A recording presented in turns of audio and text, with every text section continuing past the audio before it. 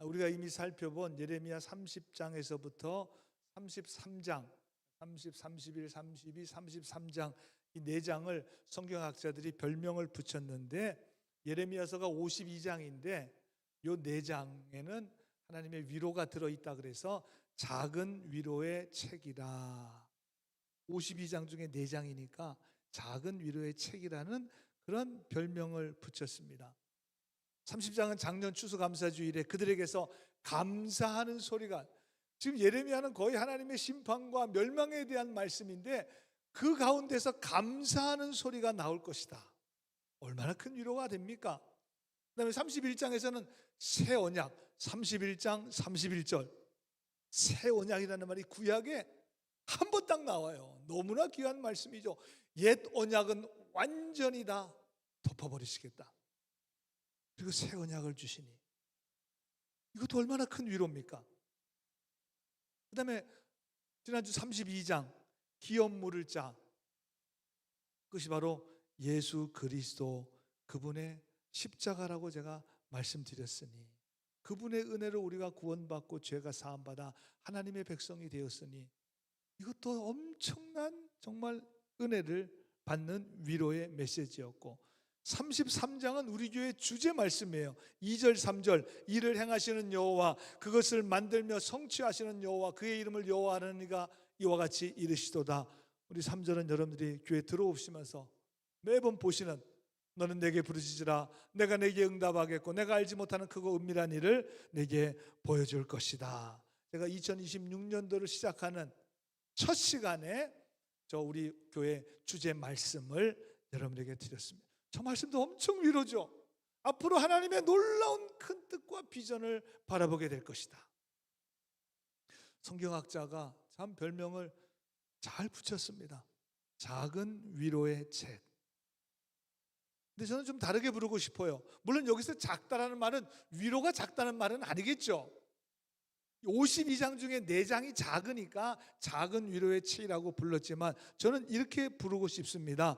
엄청난 위로의 책이다. 엄청난, 그게 맞잖아요. 그게 이왕 붙일 거면 작은 위로의 책이 아니라 엄청나게 큰 위로의 책이라 이렇게 붙였으면 얼마나 더 좋겠습니까?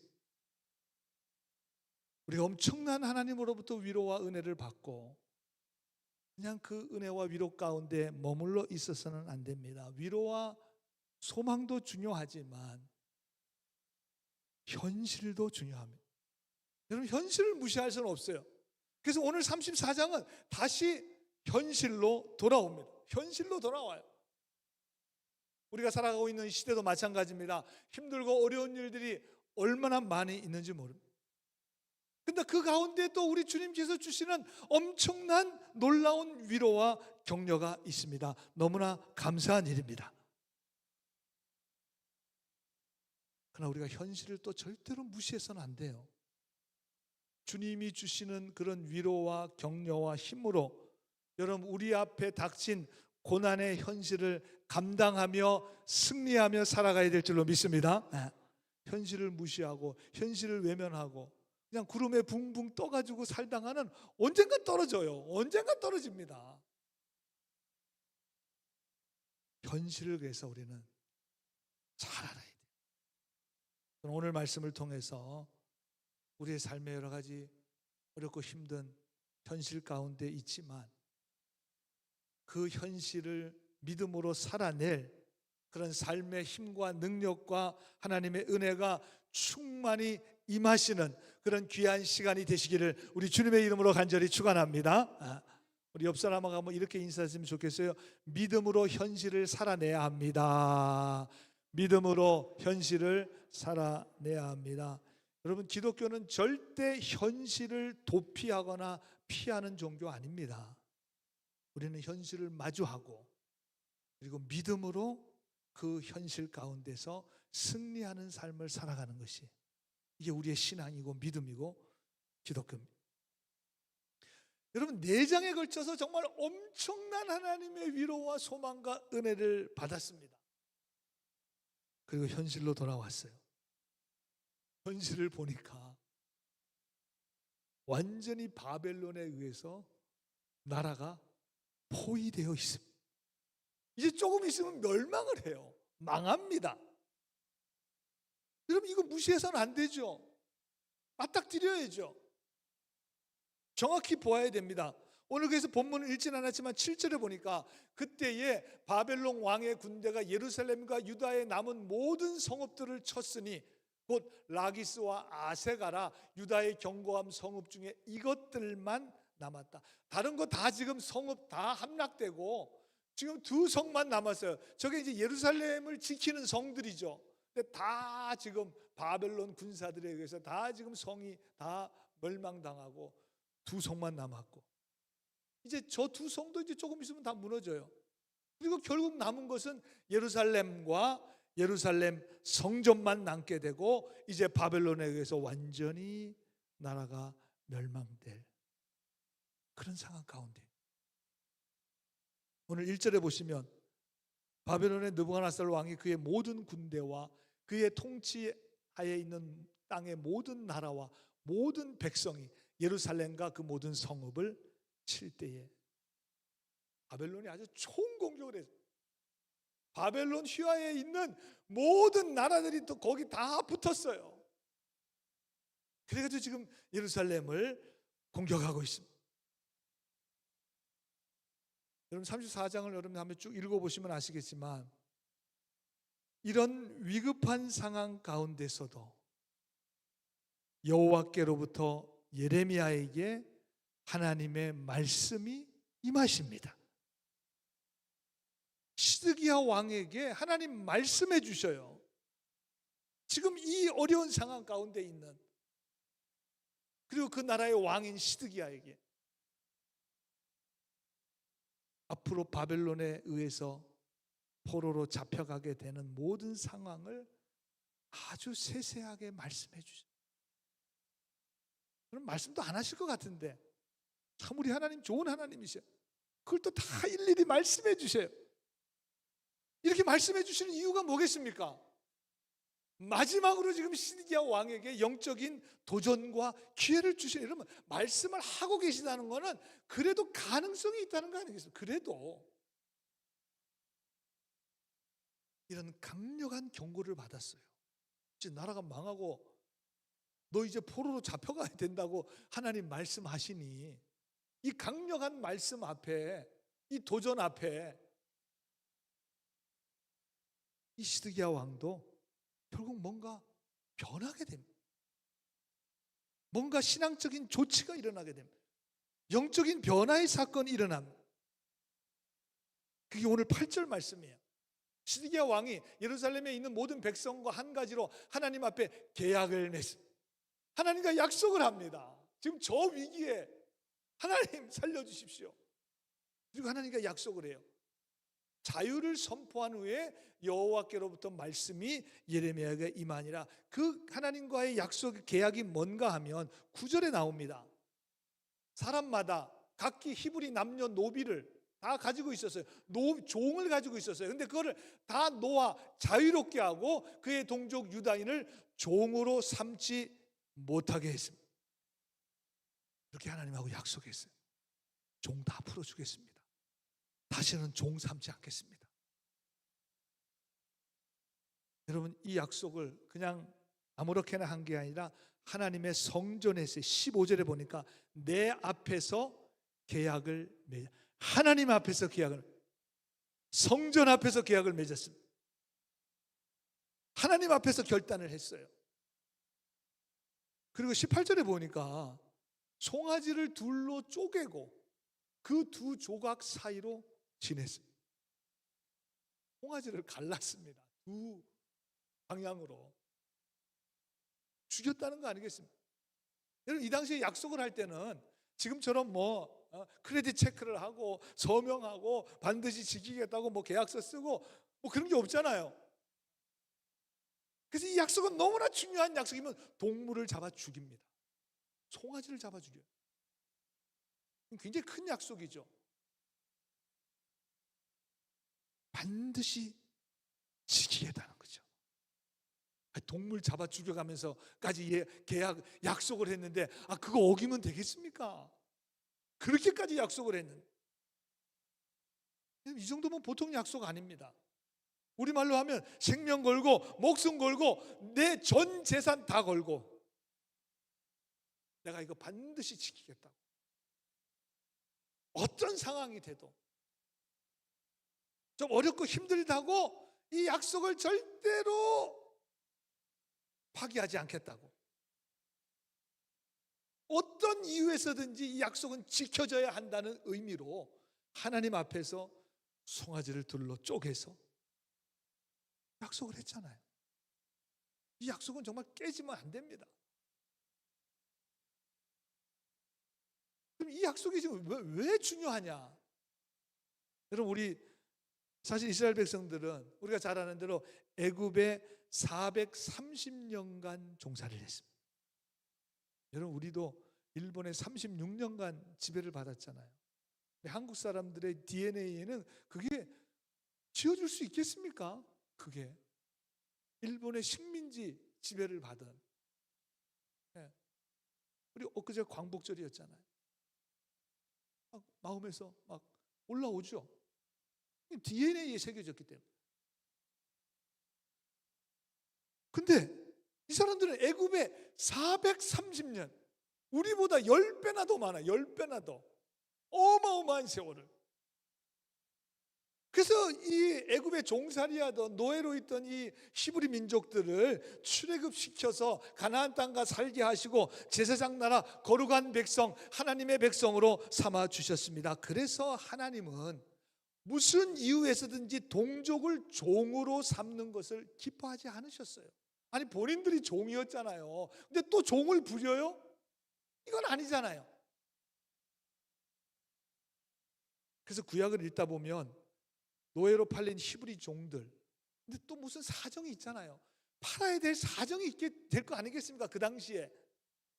그러면 종을 삼았다고 해도 7년째는 놓아줘야. 출애굽기 21장 2절에 보니까 내가 히브리 종을 사면 뭐 어쩔 수 없이 사야 되는 경우가 있어요. 그러면 6해 동안은 섬겨, 값을 치렀으니까 6년 동안은 섬기고 7째, 저게 이제 안식년에 소위 말하는 기원이 된 거죠. 7째에는 몸값 묻지 말어.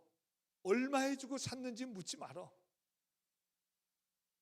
그냥 잘 놓아주라는 거예요. 왜? 니네들 430년 동안 종노릇 했는데 놓아줘야 되지 않냐. 저게 하나님의 마음이고 율법에 그렇게 기록했어요. 그래, 여러분, 이때는 어느 때입니까? 하나님의 법이고 율법이고 뭐고 다 지금 파기한 상태입니다. 우상 숭배하고 동족을 종으로 삼아서 계속해서 노예를 부리고 그리고 이익을 취했던 시대가 바로 이세 악한 시대였습니다. 그런데 시드기야 왕이 마음이 변해서 영적인 도전을 받았어요. 노예들 다 풀어주라고. 그렇게 왕이 선포를 했으니 다 풀어줬겠죠. 하나님께서 이 일을 15절에 보니까 너희가 이제 돌이켰잖아요. 하나님 앞에서 바른 일을 행하였다. 옳게 행하였다고. 하나님 엄청 기뻐하신 것 같아요. 되게 기뻐하신 것 같아요. 아마 예레미야도 깜짝 놀라요. 시드기야 왕이 갑자기, 물론 도전의 말씀을 받아서 그랬습니다. 결단했습니다. 노예들 다 풀어줘야 된다. 시드기야 왕이 돌이켰습니다. 회개했습니다. 회개는 반드시 그 증거가 나타나야 돼요. 증거 없는 회개는 없어요. 사실은 그게 입으로만 하는 회개죠. 시드기야가 진짜 변했습니다. 회개의 증거로 종들을 다 풀어주었습니다. 자유하게 해주었습니다. 얼마나 감사합니다. 정말 유대의 역사가 바뀔 수 있는 엄청난 찬스가 34장에 있어요. 메시지 번역에 보니까 first라는 표현을, first you turn back to the right way and did the right thing. 바른 길을, 바른 것을 행하였다. 네가 돌아서서. 근데 first라는 말을 붙였어요. 처음으로.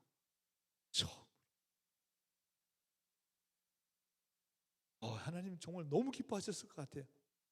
그동안에 정말 온갖 악을 다 행하다가 요시야 왕 이후로 계속해서 악을 다 행하다가 처음으로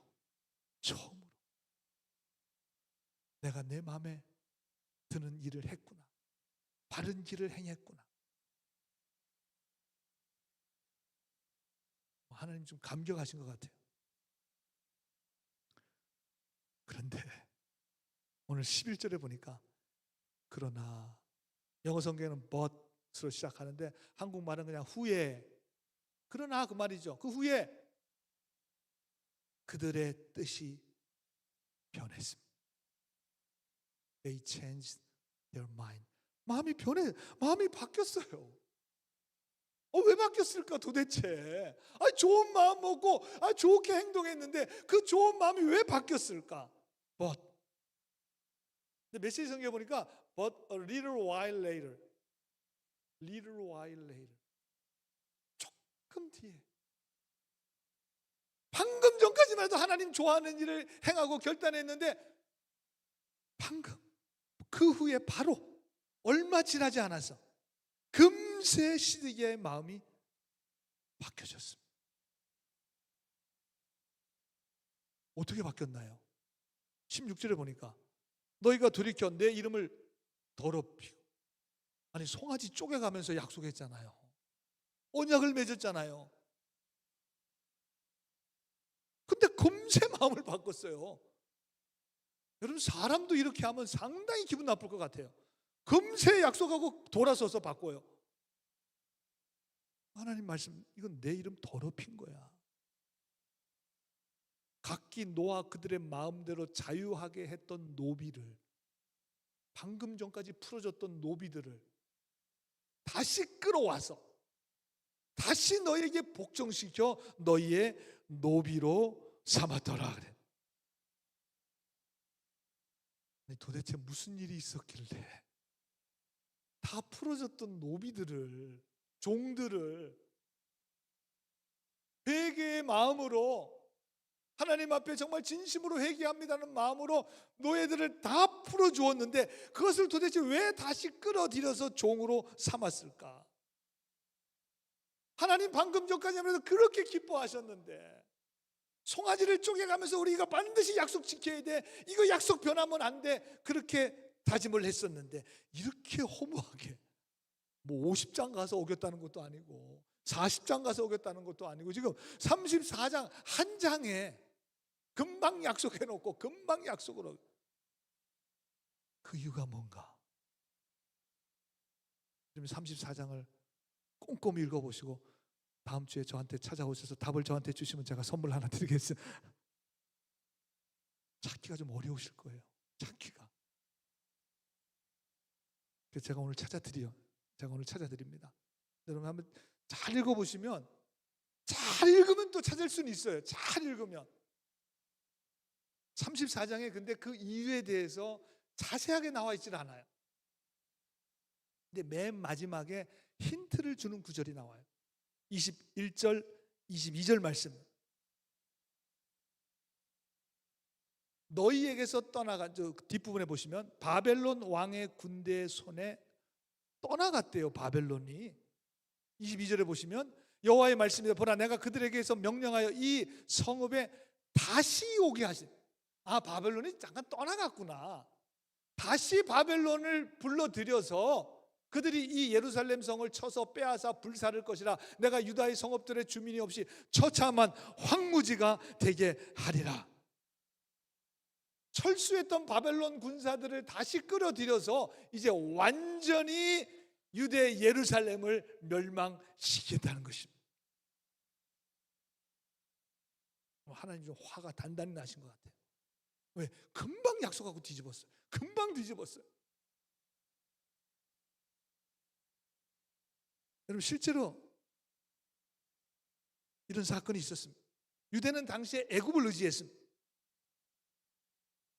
근데 예레미야는 애굽을 의지해서는 안 된다고 계속해서 말씀했습니다. 예레미야 2장 18절에 보니까 내가 시온의 물을 마시려고, 저기 이제 나일강, 여러분 이 애굽은 나일강 물에 나일강으로 찾아간다는 겁니다. 시온의 물을 마시려고 애굽으로 가는 길에 있으면 어찌, 지금 그 길로 다 도망가는 거예요. 애굽의 도움을 달라고. 내가 강물을 마시려고 아수르로 가는 길에 있음이 도대체 어찌미냐? 왜 애굽을 의지하고 왜 아수르를 의지하냐? 계속해서 말씀하셨어요. 그런데도 애굽에다가 도와달라고 애굽으로 피신을 가고, 그래서 애굽이 유대를 도와주려고 애굽의 군사들이 옵니다. 바벨론의 세력이 엄청나니까 사실 무슨 유대를 도와주는 것도 있지만 자기네들도 이 남유다가 바벨론에 들어가게 되면 또 밑에까지 애굽까지 다 점령할 수 있잖아요. 그러니까 자기네들도 어쨌든 막아내야 되니까 애굽의 군사들이 올라오는 거죠. 그랬더니 지금 예루살렘 성을 지금 바벨론 군사들이 포위하고 있으니까, 근데 저 밑에서 지금 애국 군사들이 쳐들어온다는 얘기를 듣고 가만히 있을 수는 없잖아요. 그래서 철수한 거예요. 잠시 철수한 거예요. 애국과 싸우기 위해서 애국으로 내려갔습니다. 그리고 애국과의 싸움에서 바벨론이 승리하게 됩니다.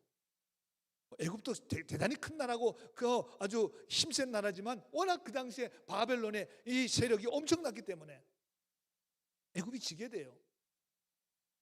그리고 이제 애굽을 물리치자마자 바로 예루살렘에 올라와서 오늘 말씀한 것처럼 예루살렘을 포위하고 완전히 정복하고, 그래서 유대 예루살렘은 멸망하게 됩니다. 그러니까 여러분 생각해 보세요. 3차 바벨론의 공격을 받는 중에 애굽이 도와준다는 소식도 들리고 바벨론 군사들이 물러갔어요. 뭔가 해결이 됐잖아요. 해결이 됐습니다. 눈에 보이지 않아요. 지금 바벨론 군사들이 내려갔습니다. 그러니까 바로 노예들을 종으로 다시 불러들였습니다. 여러 가지 이유가 있었겠죠. 그동안 종들을 부리다가 종들이 없어지니까 불편했겠죠. 또 주인들이 막 데모했겠죠. 시드기야 왕에게, 아니 노예들을 다 풀어주면 어떡합니까? 지금 우리가 해야 될 일이 이렇게 많은데 이 일을 지금 누가 합니까? 막 데모를 했을 것입니다. 여러 가지 어려운 사정들이 생겼을 거예요. 노예를 자유민으로 풀어줬으니까 아니 당연할 거 아니겠습니까? 우리가 충분히 상상해 볼 수가 있습니다. 여기저기 막 문제가 터지는 거죠. 결국 자기들의 편리와 욕심과 이익을 위해서 하나님의 약속을 뒤집었습니다. 하나님의 약속을 어겼습니다. 너무나 안타까워요. 좀 견딜 수 있을 텐데, 좀 견뎌냈으면 좋았을 텐데. 유대가 계속해서 노예를 풀어주고 하나님 마음에 합한 일을 하고 우상숭배에서 죄를 회개하고 돌이키고 하나님께로 돌아왔다면 역사는 달라졌을 텐데. 34장을 읽으면서 너무나 좀 아쉬운 마음이 들어요. 그럼 하나님이 도와주셨을 텐데. 왜? 하나님 너무 기뻐하셨잖아요. 너무 기뻐하셨잖아요. 이거 정말 퍼스트라고까지, 이거 최초로 니네들이 이게 했다, 이렇게까지 감겨가지고 기뻐하셨는데 조금 힘들다고, 조금 어려움이 있다고, 조금 자기네들이 지금 수고해야 된다고, 조금 뭔가 이익이 안 난다고 바로 노예들을 다시 다 원상복귀시킨 거예요. 여러분, 오늘 우리에게 주는 교훈은 제가 얘기 안 해도 다 아실 거예요. 우리는 그렇게 하지 말아야 합니다. 우리는 이 전철을 밟지 말아야 합니다.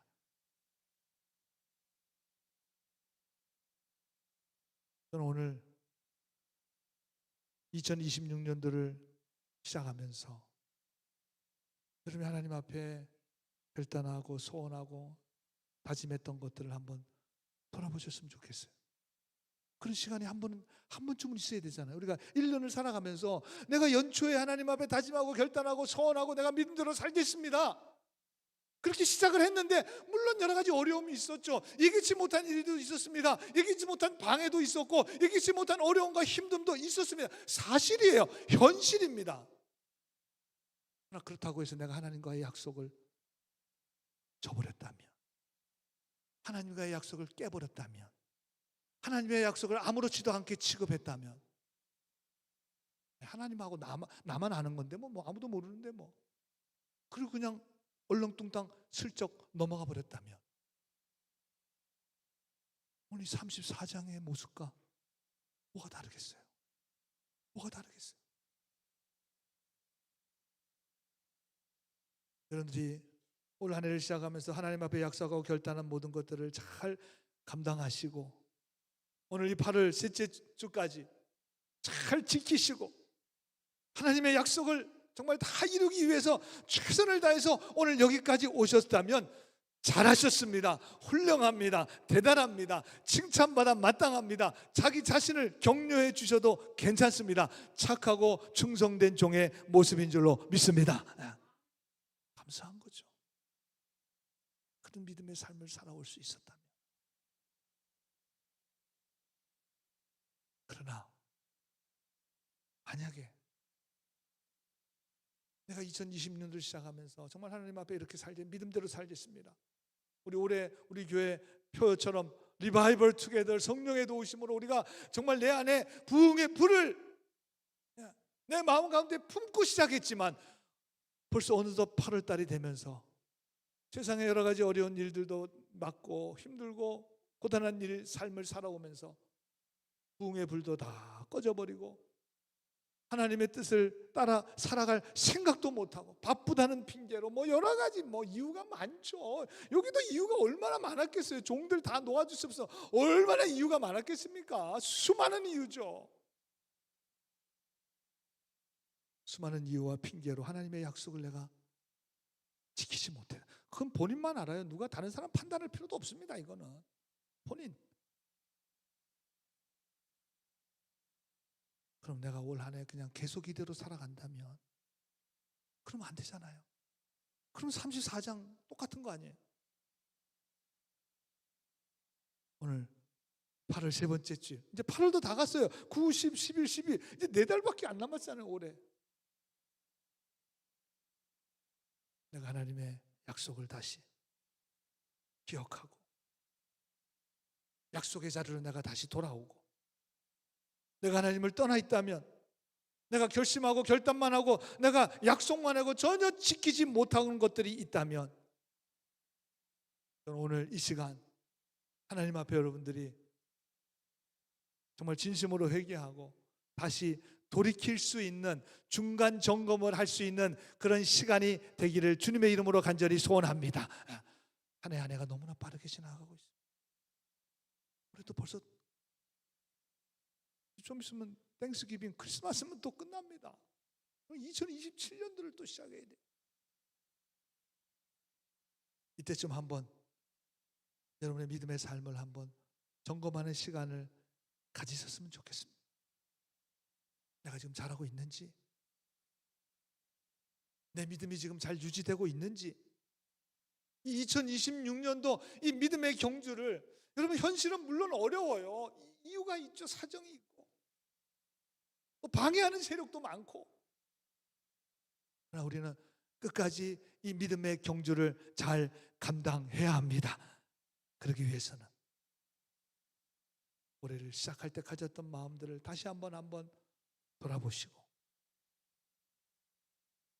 올 한 해 이 믿음의 여정을 끝까지 잘 감당할 수 있도록 성령님 도와달라고, 성령께서 힘을 허락해 주시라고, 이 정말 현실의 이 차가운 냉혹한 현실의 삶 속에서도 내가 믿음을 지키며 하나님의 거룩하신 뜻을 따라 하나님 기뻐하시는 이 그런 믿음의 삶을 살아갈 수 있도록 인도해 달라고 오늘 하나님 앞에 기도하시고 이제 남은 우리 2020년도 믿음의 여정, 여러분 현실 도피하지 마시고 현실 피하지 마시고 당당하게 믿음으로 쓰셔서 승리하며 살아갈 수 있는 여러분들 모두가 다 되시기를 우리 주님의 이름으로 간절히 축원합니다. 축원합니다. 기도하겠습니다.